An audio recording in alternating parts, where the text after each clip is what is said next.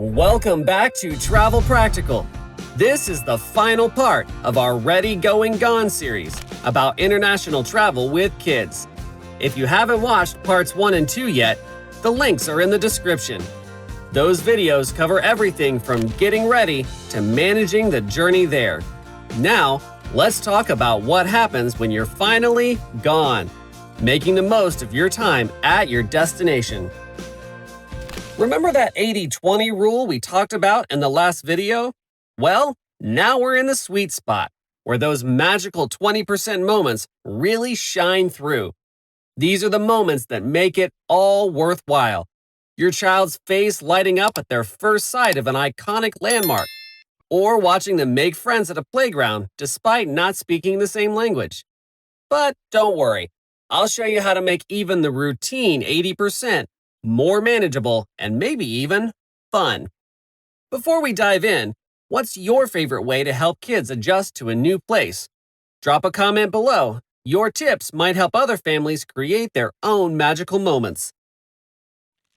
Landing in a new country is exciting, but jet lag can turn even the most enthusiastic little traveler into a cranky companion. Here's how to handle those first crucial days. Day 1 is transition day. Resist the urge to pack in activities right away. Instead, focus on 3 things: sunlight, movement, and staying awake until an appropriate local bedtime. Get outside, find a playground, or take a casual walk. The natural light helps reset everyone's internal clock, and the movement keeps kids from falling asleep too early. Here's what our transition days usually look like. After checking in, we take a walking tour of our immediate neighborhood. We locate essential spots like the nearest grocery store, pharmacy, and perhaps most importantly, a good local coffee shop. The kids help make a game out of it, counting how many different colored doors we see or spotting interesting vehicles. This gets us moving and oriented while keeping everyone engaged. Set a new normal routine. Kids thrive on predictability, even on vacation. Try to maintain similar meal and rest times to what you do at home, just in the new time zone. This doesn't mean being rigid. Think of it more as a flexible framework. For example, if your kids usually have an afternoon quiet time at home, keep that in your travel schedule. It might be reading books in a park instead of their bedroom, but the familiar rhythm really helps. Plan morning activities. Kids tend to have more energy and better moods earlier in the day, especially while adjusting to a new time zone. Save quieter activities like museums or shows for the afternoon when energy naturally dips. And here's a tip that saved us more than once. Always know where the nearest playground is. It's amazing how 15 minutes on a swing set can reset everyone's mood.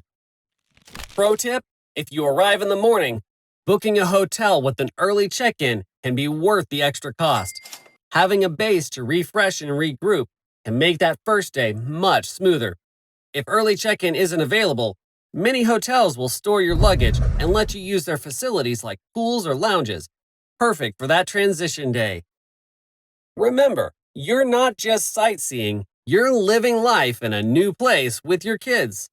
Here's how to find the right balance. First, the 2-1 rule, or as I like to call it, the TNT Rule. For every 2 tourist T activities, plan 1 normal N activity. This might mean visiting a local playground after the museum, or spending morning at the historic site and afternoon at the public pool. These everyday moments often become favorite memories. Here's how that might look for you.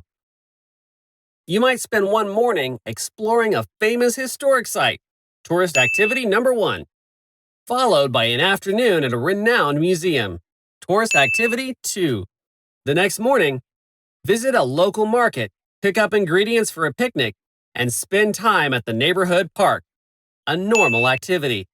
It's often these simple moments, like watching your kids interact with local families or trying fresh bread from a neighborhood bakery, that become cherished memories. Second, build in downtime. I like to think of it as home away from home time. Maybe it's an hour at the hotel pool or simply some quiet time reading books or playing games in your room. This isn't wasted vacation time. It is essential recharge time that makes the exciting moments possible. Some of the best travel memories can come from these downtimes. Playing cards on a hotel balcony or watching kids put on an impromptu show using souvenirs from the day's adventure. These quiet moments let everyone process the day's experiences and recharge for what's next. Be flexible with food. Yes, trying local cuisine is part of the adventure, but sometimes kids and adults need familiar comfort food. Keep some familiar snacks handy and don't feel guilty about occasionally choosing a familiar restaurant. Remember, this trip is about making memories, not checking off a foodie bucket list. Let me know in the comments, what's your strategy for balancing tourist activities with downtime? Do you have a special way to help keep your kids recharged during busy days? Speaking of food, let's talk about turning mealtimes into adventures rather than battles. First, start with the familiar elements. Many cultures have some form of bread, rice, or noodles. Use these familiar foods as a bridge to trying new things. Kids might start with something like plain rice or noodles, then gradually work up to trying different toppings and side dishes. It's amazing how their food courage can grow over the course of a trip. Second, make it a game.